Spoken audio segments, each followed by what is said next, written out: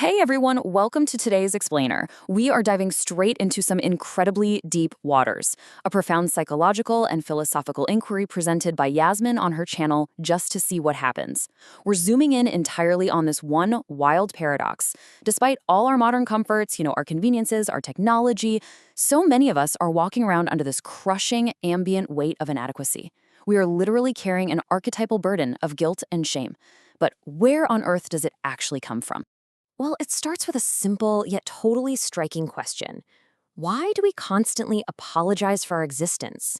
Yasminn points out that instead of celebrating our natural instincts, our fundamental right to just simply be here, our default state in the modern world is kind of just one long apology. We hide the messy, animalistic parts of ourselves because we've been heavily conditioned to view them as unacceptable. So instead of opening up to the world, we constantly brace ourselves against it. And this leads to Yasminn's core thesis, which is honestly a real paradigm shifter. She states, guilt and shame are the elements that bind this whole society together. So this ambient guilt we all feel, it isn't just a personal accident. It's not some glitch in your individual psychology. It is the actual glue of civilization. It's an incredibly effective mechanism designed to keep entire populations obedient, distracted, and, playing by the rules of the game. Part 1. Authenticity versus connection. The nursery split. To really wrap our heads around how this massive societal glue works, we have to look all the way back to childhood. Because long before institutions or the economy get their hands on us, this deep-seated shame is forged right in our childhood bedrooms. When we're young, we realize pretty quickly that love and safety are often conditional. They depend on how well we behave, how much we achieve, or how much we please our caregivers. We learn that our authenticity, that raw, natural, unfiltered version of ourselves, might actually not be safe. So we face this tragic trade-off. We choose connection. We put on a mask to secure love and survival. And in doing so, we basically teach ourselves that our true selves have to be hidden away, because they're flawed. To drive this home, Yasminn brings in Dr. Gabor Mate, who famously notes that trauma is not what happens to you, it's what happens inside you because of it. This early childhood conditioning literally teaches our bodies to brace for collapse. We internalize this heavy belief that we have fundamentally ugly, unacceptable parts. And the crazy thing is, even when good things happen later in life, our nervous systems might flat out reject them simply because we feel we don't inherently deserve them. Part 2. Original Sin and Obedience, the Systemic Blueprint. So while that psychological childhood wound is deeply personal, macro institutions intentionally exploit it for control. It's a whole pipeline. This systemic shame begins with that childhood conditioning, scales up through historical religious indoctrination, and ultimately culminates in modern capitalist exploitation.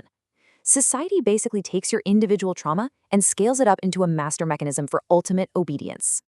Looking at the historical influence of organized religion, Yasminn points right to the doctrine of original sin. Unlike the unintentional wounds of parenting, this was a deliberate, systemic blueprint. It intentionally demonizes human autonomy and our natural curiosity. Think about the story of Eve and the apple. It posits that humanity is inherently flawed from day one.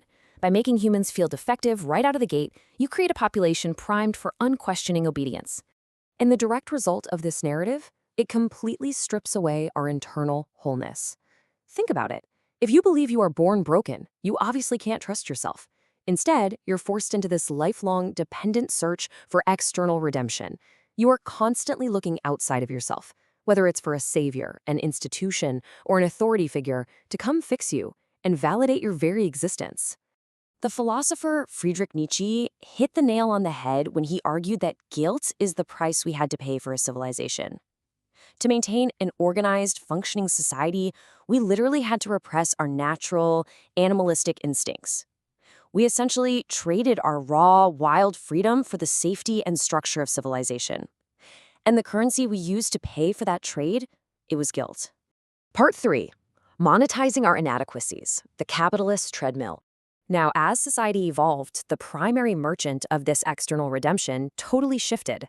Today, modern capitalism has seamlessly replaced those older structures, launching us into the era of monetizing our inadequacies. We are caught in this exhausting daily self-improvement trap. First, culture helps you identify a flawed part of yourself, preying directly on that childhood fear of being unlovable. Next, you purchase the external fix, a new product, a course, a new aesthetic, whatever it is. Finally, you believe that once you fix this one thing, you'll finally be worthy of love. But surprise, surprise, the treadmill never stops. There's always a new flaw to find, and, conveniently, a new product to buy. Part 4. The Spectacle of Worthiness. Guy Debord's Trap. This capitalist manipulation goes incredibly deep. It taps directly into what the philosopher Guy Debord called the society of the spectacle. It's not just about buying things anymore. It's about buying into an entire perfectly curated reality. As he put it, we no longer live real lives, we consume images of life. We are constantly bombarded with these optimized, highly aestheticized images of what success, healing, and worthiness are actually supposed to look like. We aren't just taught what to want, we are handed a strict visual script for how to perform it. Because of this spectacle, we start prioritizing the performance of success over actually internalizing our own worth. When the reality of personal growth gets messy, uncertain, and slow, which, by the way, it naturally is, we think we're failing. Why? Because it doesn't look like those perfectly curated images on our screens. This performance ultimately sabotages our messy, authentic transformation. We just want to look like we have the whole shebang figured out rather than doing the deep, unglamorous work of true healing. Part 5. Reclaiming the Right to Be, Ananda and Divine Pleasure. So here's the million-dollar question. If we are trapped between psychological childhood wounds on one side and the systemic capitalist exploitation of those wounds on the other, how do we escape? How do we reclaim our right to simply exist? Yasminn introduces an amazing counter-concept to this dense weight of systemic guilt, the Hindu principle of Ananda. Ananda translates to extreme happiness, or divine unconditional bliss. It represents the absolute lightness of unapologetic pleasure. It's a complete contrast to a society that demands we suffer and constantly improve ourselves just to earn the basic right to feel good. And there is a very real physical reality to this shift. Shame literally closes your body off. It tightens your breath, tenses your muscles, and keeps you constantly bracing for an attack. But Ananda, true pleasure and connection, requires radical openness to exist. You absolutely cannot experience genuine joy until you drop the mask, stop performing for the spectacle, and stop bracing for that collapse you learned to expect way back in childhood. Which leaves us with a final, provocative thought to chew on. Can you feel genuinely good about yourself right now without fixing a single thing? Can you reject that archetypal burden of guilt, step off the endless quest for external redemption, and just embrace your raw, true self today? It's a radical act of rebellion in our modern world, and it starts with you. Thanks so much for joining me for this explainer. And remember, stay curious. Think about the last time you felt a sudden, just a really crushing wave of guilt. Oh, yeah. Out of nowhere. Right. Just picture it. Maybe it was, I don't know, a Tuesday night. You're just sitting on your couch doing absolutely nothing. The worst time for it. Exactly. The dishes might have been in the sink, or, maybe an email was just sitting in your inbox unread. And suddenly, totally out of nowhere, your brain just whispers to you, "You are lazy. You're falling behind. You are wasting your potential." Ouch. Yeah, that heavy sinking sensation in your chest. That profound sense that just existing right there in that moment is somehow inherently wrong. Right. Well, today we're going to explore this radical idea that this voice in your head, it actually isn't yours. Wait, really? Yeah. It wasn't born with you. It was installed there on purpose, by design. Which is just, it is the ultimate invisible architecture of our lives, isn't it? Absolutely. Because we treat that internal voice, that feeling of unworthiness, as if it's a biological fact, like our heart rate or our blood type. Right, it's just part of being human. Exactly. We assume it's simply the natural human condition to feel slightly, embarrassed of our own existence. Yeah. But what if, and this is the big question, what if it's actually a highly sophisticated mechanism of social control? Yes. And that is the massive, slightly terrifying, but honestly, ultimately liberating question we're taking on in today's deep dive. I'm ready for it. So we are unpacking the core philosophies of a thinker and YouTube creator named Yasminn. Specifically, we're looking at her channel, just to see what happens. Which is a fascinating channel, by the way. It really is. And we've been poring over her essays, her videos, the transcripts, and we're zeroing in on this one central explosive thesis. Right. The idea of the archetypal burden of guilt and shame. And before we go any further, I think we really need to define what she means by archetypal. Good point. Break that down for us. Because she isn't just talking about, the fleeting guilt you feel when you accidentally cut someone off in traffic. Right. She's talking about a primal, foundational blueprint of human psychology. An archetype is, well, it's a universal pattern, something embedded deep in the collective unconscious of a species. So it's shared by everyone. Exactly. She's arguing that this deep-seated shame, this pervasive feeling that we're just inherently flawed and have to constantly earn our right to take up space, that is the foundational element that binds our entire society together. Wow. And, it's important to note right at the top here that Yasminn is taking aim at some massive, highly sensitive societal pillars with this. Oh, absolutely. She pulls no punches. Yeah, to unpack her argument, we're going to have to look under the hood of, well, major world religions, specifically bedrock concepts like original sin. Right. And we're also going to tear into the psychological engine of modern capitalism. Which gets uncomfortable. Very uncomfortable. So just a quick disclaimer for you listening. We aren't here today to tell you if her conclusions are the ultimate objective truth, right? Or to endorse a specific worldview. Right. We're just analyzing the text impartially. Exactly. But we are going to tear her argument down to the studs to see exactly how it's built, how it operates, and, I think most importantly, why it feels so undeniably familiar to anyone living in the modern world. It really requires us to look at the water we're swimming in. And, to understand the water, we have to go back to the very first time we were submerged in it. The very beginning. Yeah. Yasminn's argument, it doesn't start with grand philosophical or economic theories. It starts in the nursery. Oh, wow. Okay. It starts with the absolute terrifying vulnerability of human infancy. Let's put ourselves in that scenario. Let's really imagine you are a toddler. Okay. From a purely biological standpoint, human babies are just uniquely pathetic. I mean, it's true. It is. If a horse is born, it stands up in 20 minutes, Really? right? And it can literally run with the herd by the end of the day. Yeah, it's incredible. But a human baby, it can't even hold its own heavy head up for months. We require years, literally years of constant dedicated care just to not die. Just for basic survival. Exactly. And this biological reality, this extreme evolutionary vulnerability, it creates a psychological environment where connection is not just, a nice warm feeling. Right. Connection is literal life and death. And in evolutionary biology, this is actually known as neoteny. Neoteny. Yeah, neoteny.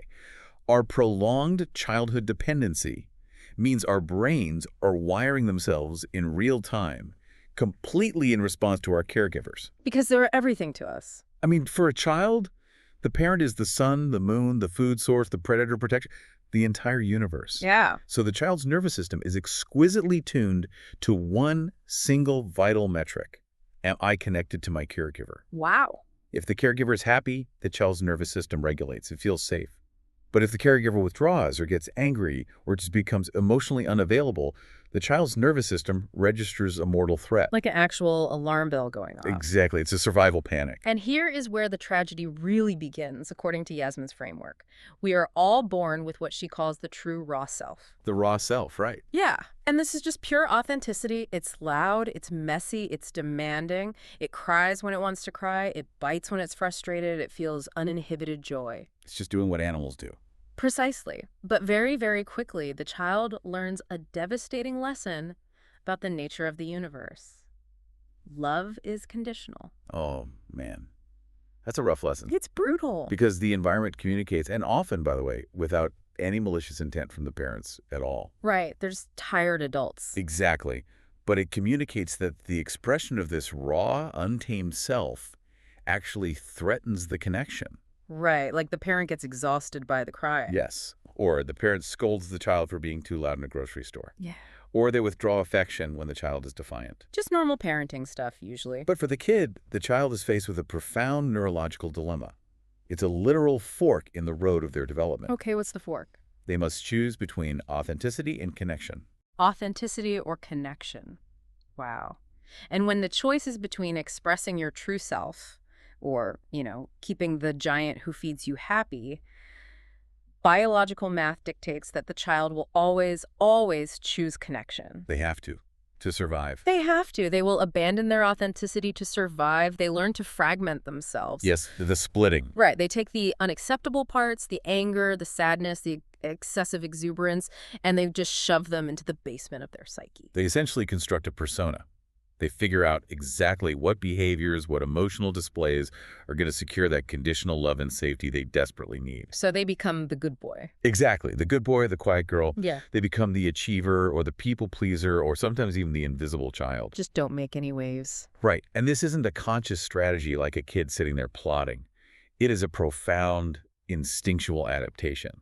I was actually trying to visualize this process while reading the sources, and it feels like this. Imagine being a very small child, right?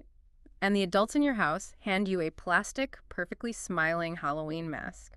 Yeah, creepy, but go on. Right. And they tell you implicitly, we only feed the kid wearing the smiling mask. We only hug the kid wearing the mask. Oh, wow. If you take it off and we see your real face, if you look sad or angry or needy, we will put you in another room and close the door. Which to a kid means death. Literal death. So what do? You wear the mask, you wear it to breakfast, you wear it to school, you wear it to sleep. You never take it off. Never. And years go by, decades go by.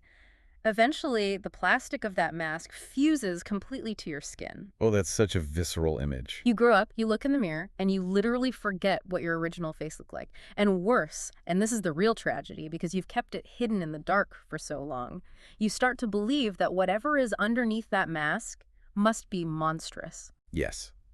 That fusion of the mask to the skin. That is exactly what we call internalized shame. Internalized shame. Right, because guilt is feeling bad about something you did. Like stealing a cookie. Right. But shame is the deep cellular conviction that you are bad. Wow. That the face beneath the mask is inherently ugly, flawed, and just unworthy of love. And the tragedy of this childhood adaptation is that, well, it works perfectly to keep the child physically safe in their family unit. Right, they get fed. They get fed. But it psychologically triples them for the rest of their lives. But hold on, let me play devil's advocate here for a second. Go for it. Let's push back on this premise. Isn't this just raising a child? Like, is this masking actually a tragedy, or is it just a biological necessity for any social species? That's a common defense, yeah. Because if we let a toddler act purely authentically, they would punch other kids in the face for a toy, they'd scream in restaurants, they would never share. We have to suppress the raw self, don't we?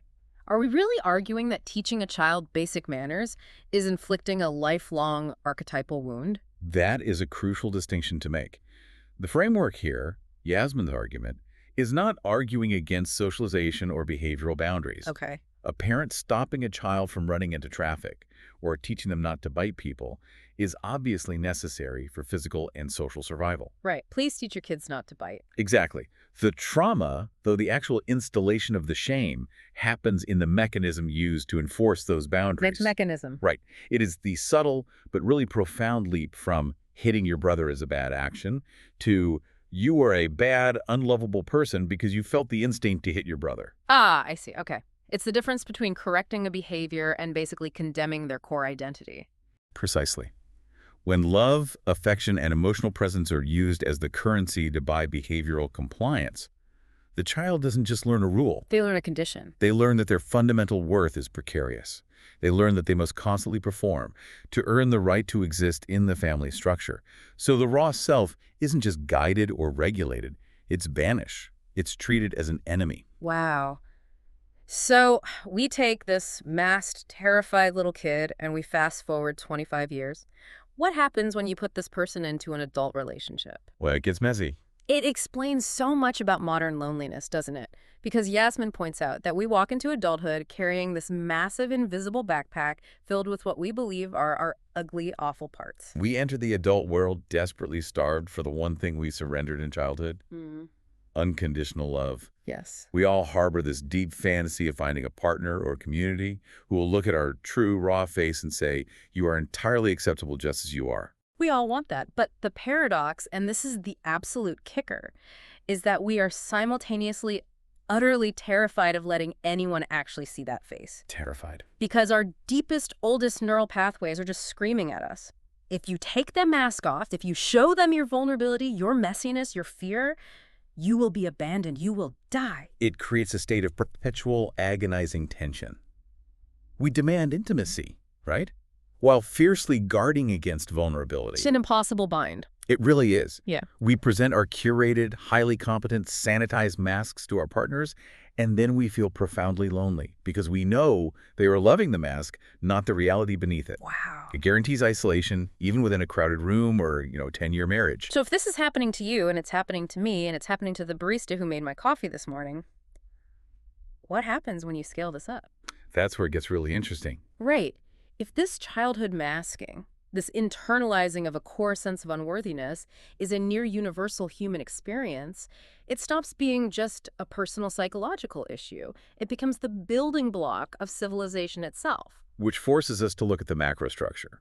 Because if billions of people are all walking around suppressing their raw instincts, policing their own behavior out of a deep fear of abandonment, you have to ask, who benefits from this? Right. What's the point? What function does this universal shame serve on a societal level? And this is where Yasminn pulls from philosophical history, specifically referencing Friedrich Nietzsche. Right, Nietzsche. The guy who basically argued that human guilt was the down payment we had to make to move out of the caves and into the cities. Exactly. In works like The Genealogy of Morals, Nietzsche really explored the evolution of the bad conscience. The bad conscience. Yeah. And the core idea Yasminn is tapping into here is that guilt and shame are the ultimate social glue. Social glue. Think about it. If you have a tribe of 50 hunter-gatherers, social cohesion is maintained through direct, immediate relationships. You know everyone. Right. If you steal, Gary punches you. Exactly. But if you want to build a civilization, if you want thousands or millions of strangers living in dense proximity, sharing resources, paying taxes, and obeying arbitrary laws, you have a massive logistical problem. You can't have a police officer standing next to every single citizen 24 hours a day to make sure they don't steal the bread or punch their neighbor. It's impossible. The cost of external enforcement would just collapse the society. So society needs an internal police force.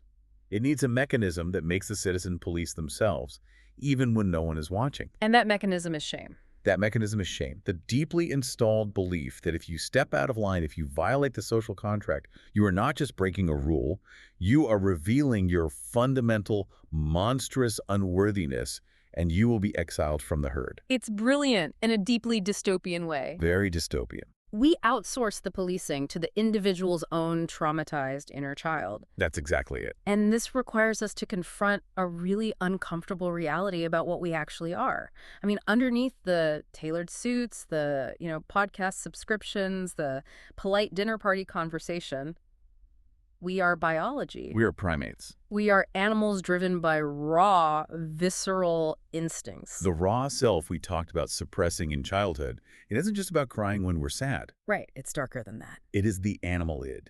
It is territoriality. It is aggression. It is the pursuit of immediate gratification. It is unbounded sexuality.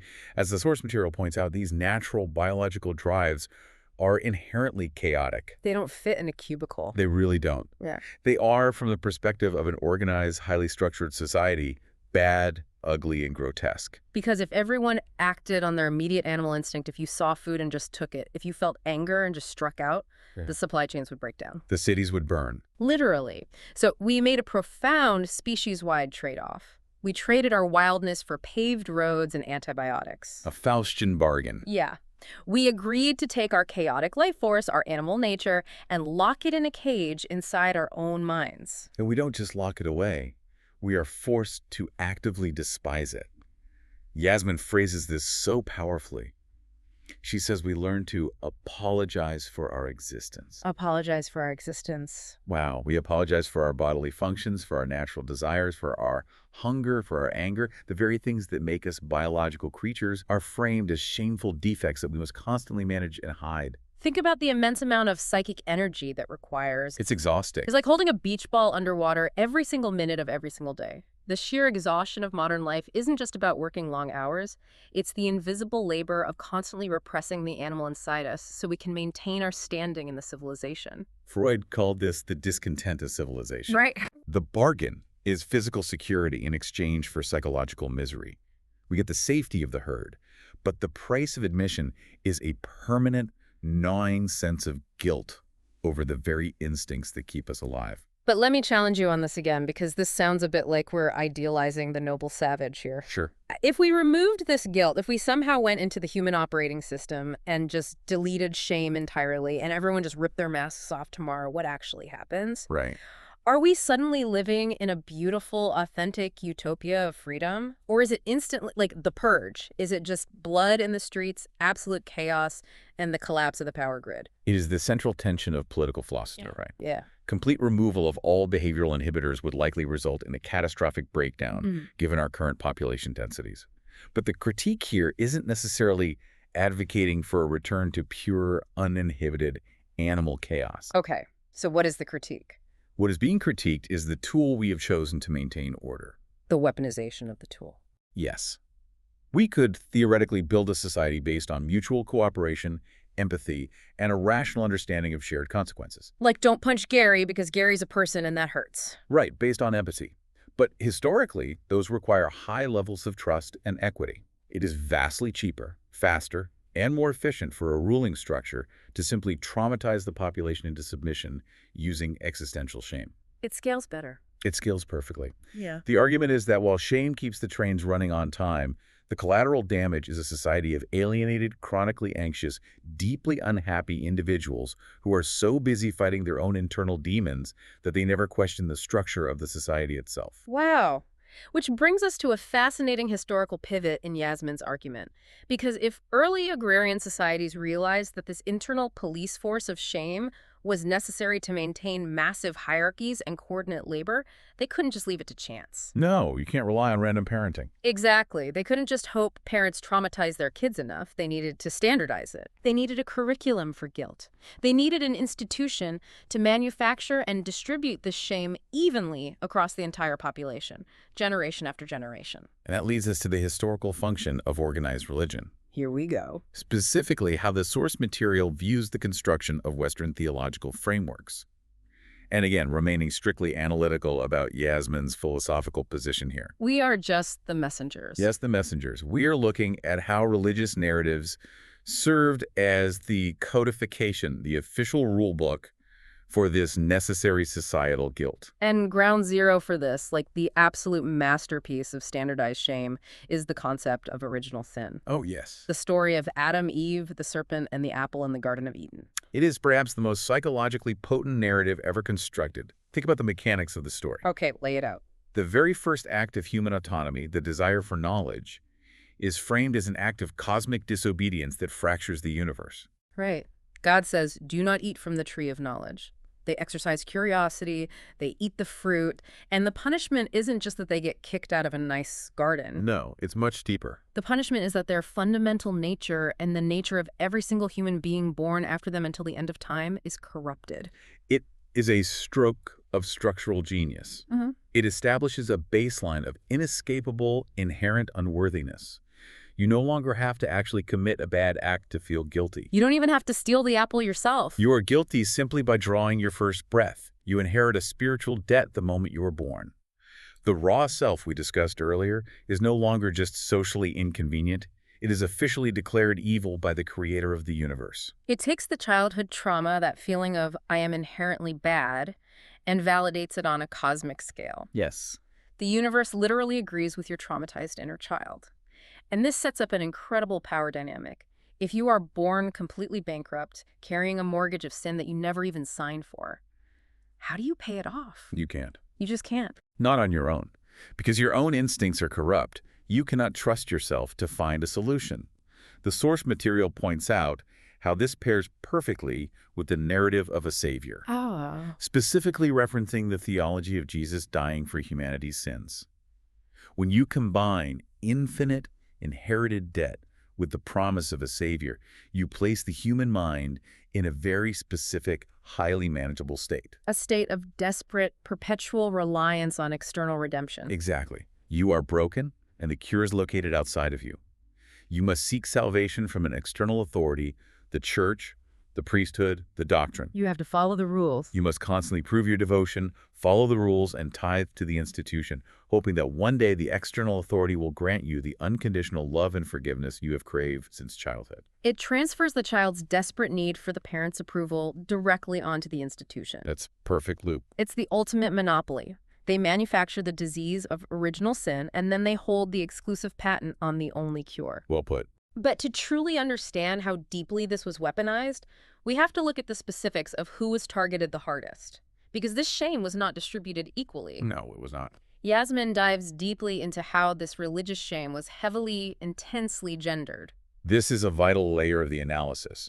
To understand why this occurred, we have to look at the shift from hunter-gatherer societies to agrarian patriarchal society. The invention of farming. Right. Once humanity started owning land, farming, and accumulating wealth, a new problem arose. Inheritance.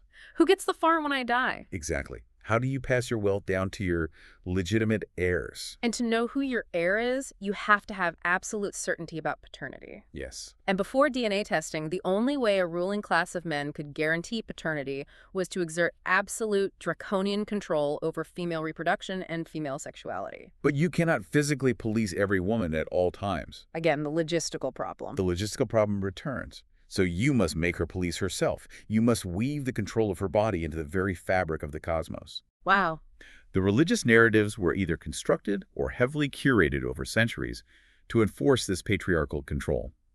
The source material highlights this by contrasting two of the most powerful archetypes in Western history, the myth of Eve and the myth of Mary. Let's dissect Eve first. Because what is the actual crime she commits in the narrative? Right, look at what she actually does. She listens to a different perspective, she exhibits curiosity, she seeks wisdom, and she exercises bodily autonomy by taking the fruit. She basically acts on her raw self. Yes. And for this exercise of agency, she is branded the architect of humanity's downfall. The messaging is unambiguous. Female curiosity, female autonomy, and specifically the female body become the literal representations of danger, sin, and temptation. It's baked right in. The natural cycles of the female body, sexuality, the pain of childbirth, all of it is framed as a divine punishment. Women are taught that their very physical form is a hazard that must be hidden, controlled, and constantly apologized for. So Eve represents the terrifying, chaotic potential of the raw, natural self. So, to provide a countermodel, to show women how they are supposed to behave to earn their redemption, the institution elevates the archetype of the Virgin Mary.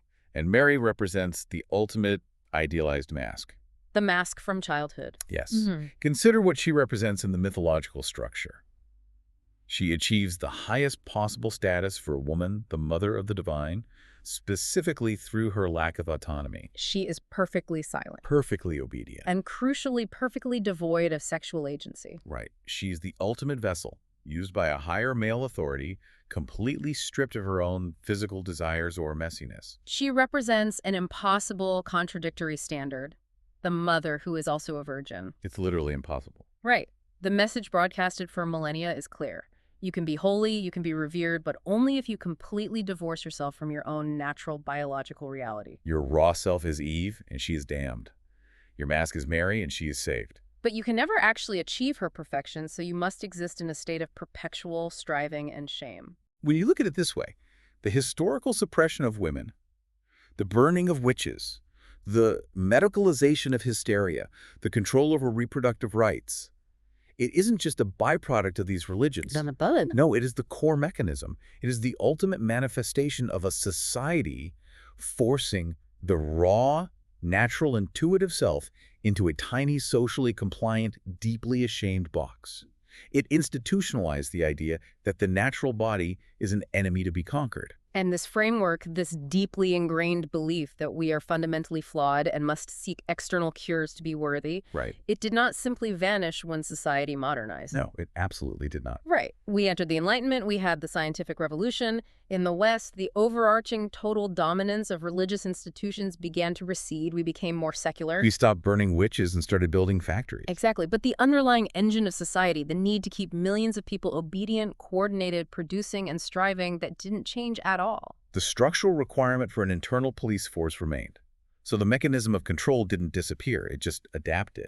It changed clothes. It changed clothes. Which brings us to the modern era. We have transitioned from the anxiety of religious sin to the anxiety of capitalist inadequacy. The architecture of the system looks completely different now. We have swapped cathedrals for shopping malls, right? And priests for influencers. Yes. But Yasminn's devastating critique is that the prime mover, the archetypal burden of shame, is exactly the same. Capitalism did not invent our feelings of insecurity. It just found them. It simply recognized the childhood wound we were already carrying, the religious conditioning we already inherited, and it completely commodified it. The commodification of shame, that phrase, I mean, it is like a key unlocking a very dark door. It really is. Our entire modern culture, the billion-dollar industries of self-improvement, fitness, beauty, productivity, they're perfectly calibrated to exploit that terrified 5-year-old inside of us who believes their true self isn't enough to be loved. Think about the mechanics of modern advertising. An advertisement rarely sells a product based purely on its functional utility. They don't just say, this car drives fast. Right. It sells the promise of filling a psychological void. Yeah. The core formula of consumer capitalism preys directly on the internalized belief that we have wrong or ugly parts. I want to break down exactly how this works in our brains. Imagine you are scrolling on your phone.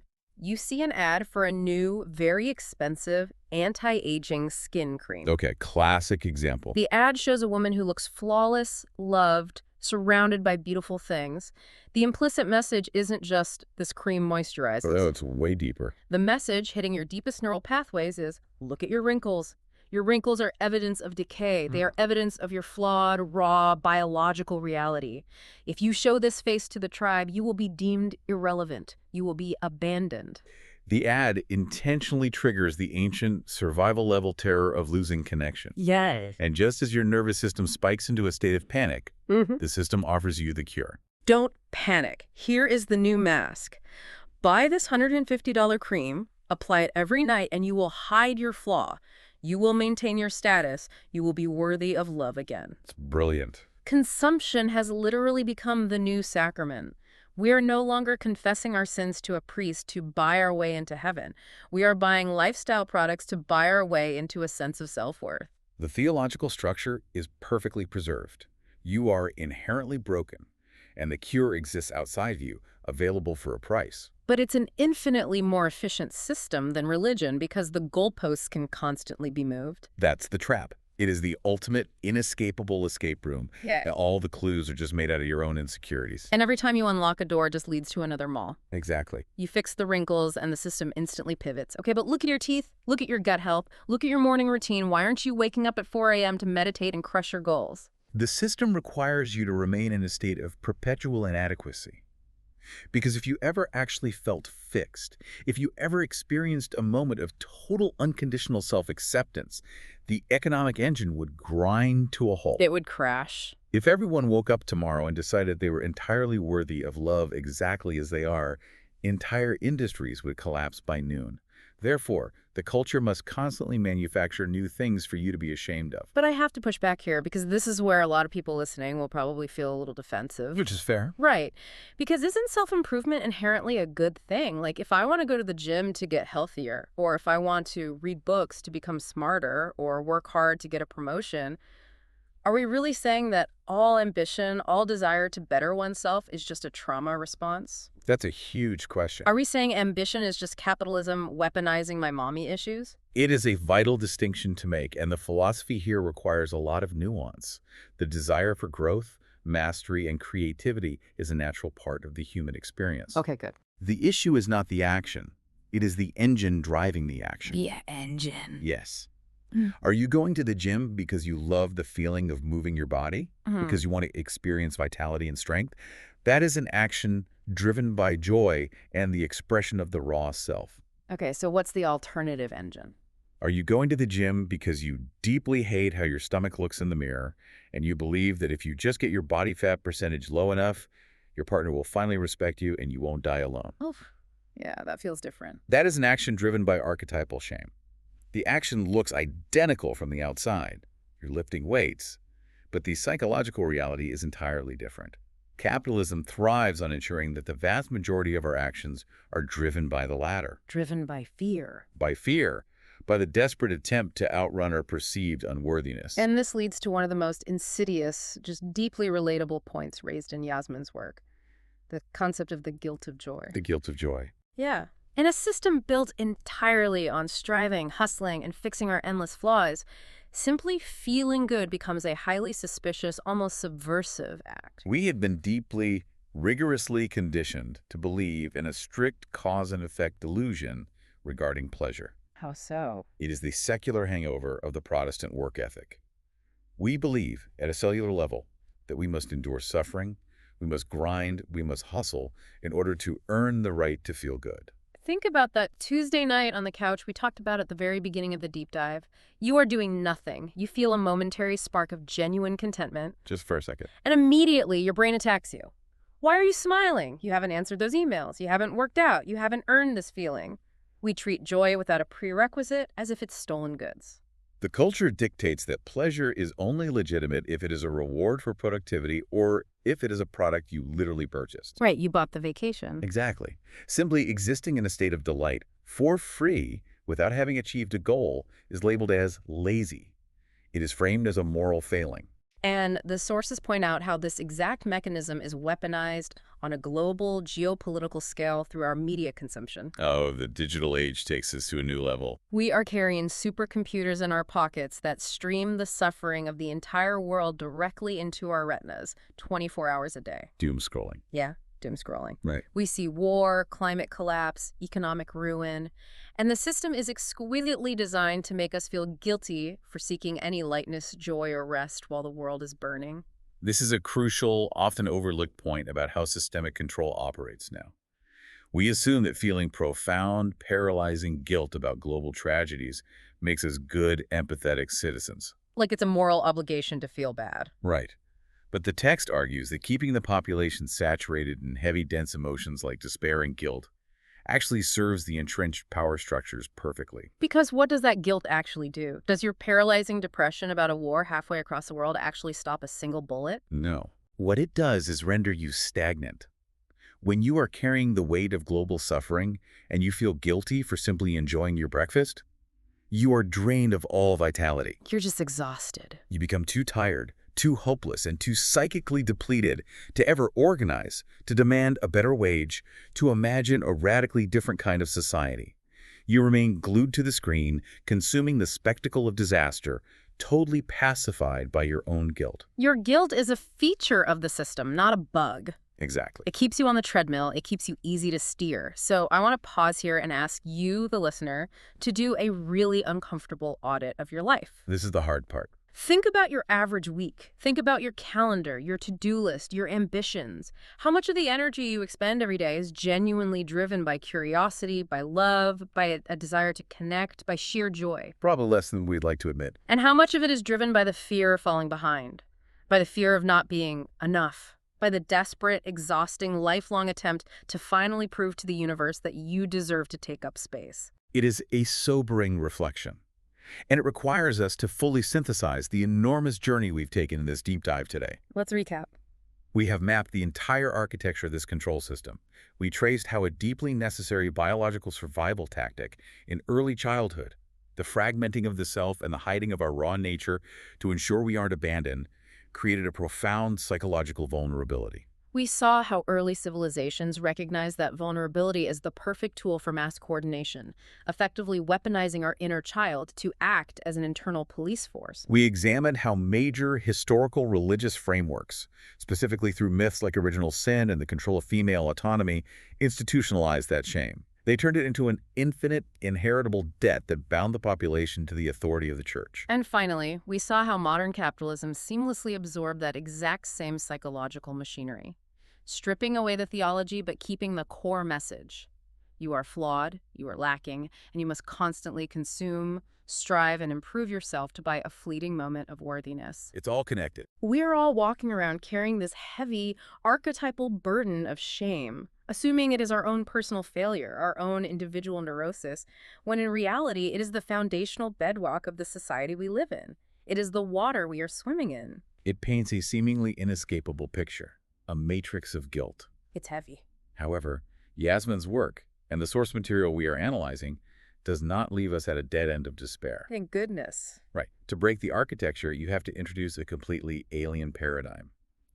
And she does this by briefly bringing in a counter-concept from Eastern philosophy, specifically Hinduism, to offer an alternative way of experiencing existence. Right. It's the concept of Ananda. And we need to spend some real time on this because this isn't just a self-help buzzword. If the archetypal burden of shame is the disease, Ananda is presented as the radical ontological cure. Ananda is often translated simply as bliss or joy, but that translation is far too shallow. In Hindu philosophy, Ananda is not an emotion you feel in reaction to a positive event. It's not like, I got a promotion, now I feel Ananda. No, not at all. It's considered the fundamental baseline nature of reality itself. It is the idea that the core of your being, your unmasked true self, is not void of sin or inadequacy. Your natural state is one of absolute completeness, delight, and unbounded awareness. It flips the entire Western paradigm upside down. Completely. The Western model, from original sin to capitalism, says your baseline is negative.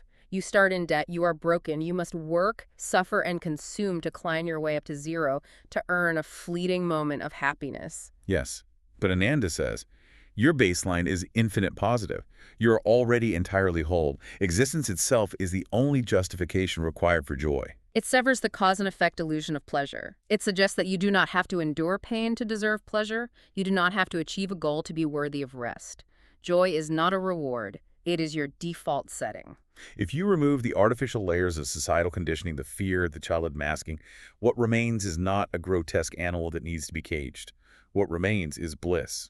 Which means the shame you feel, that heavy voice in your head telling you that you are lazy or unworthy, it isn't real. It's an illusion. It isn't a reflection of your true self. It is a parasite. It is a piece of cultural software that was forcefully installed in your hardware to make you a compliant worker, a compliant consumer, and a compliant citizen. To realize Ananda is to completely dismantle the premise of both the religious savior complex and the capitalist treadmill. Because you don't need them anymore. Because if you are already whole, you cannot be sold a cure. You cannot be manipulated by the threat of spiritual damnation, and you cannot be manipulated by an advertisement telling you that you need a new car to be respected.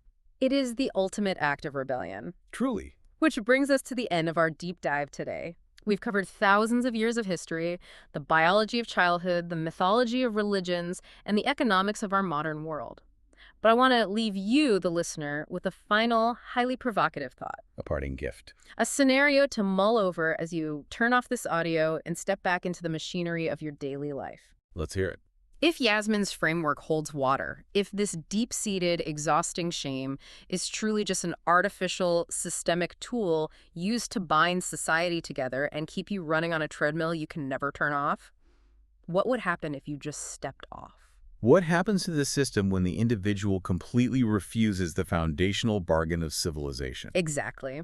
What would your life actually look like tomorrow morning if you simply stopped participating in the economy of guilt? Just opted out. Imagine waking up tomorrow and giving yourself absolute radical permission to feel genuinely, profoundly good right in that moment, without having fixed a single one of your perceived ugly parts. Without having answered an email. Without having gone to the gym, without having earned a single dollar. Wow. If you just sat there on your couch, dropped the heavy, fused plastic mask, and allowed yourself to access the unearned bliss of Ananda, who would you become? That's the real question. And perhaps more importantly, if you became a person who no longer needed to buy things to feel worthy, who no longer worked themselves to death out of fear, who no longer let guilt paralyze them into submission, why is the society built around you so utterly existentially terrified of that version of you?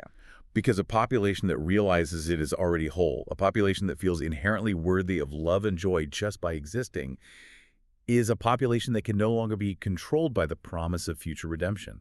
They become ungovernable by fear. Exactly. The system told us we needed the X-ray machine to find all our broken parts. But maybe the real revelation isn't that we are flawed. Maybe the revelation is that the machine itself is rigged, and we've been reading a forged diagnosis our entire lives. Time for a second opinion. Take the Halloween mask off just for a minute today. Breathe the air on your real face. See what happens.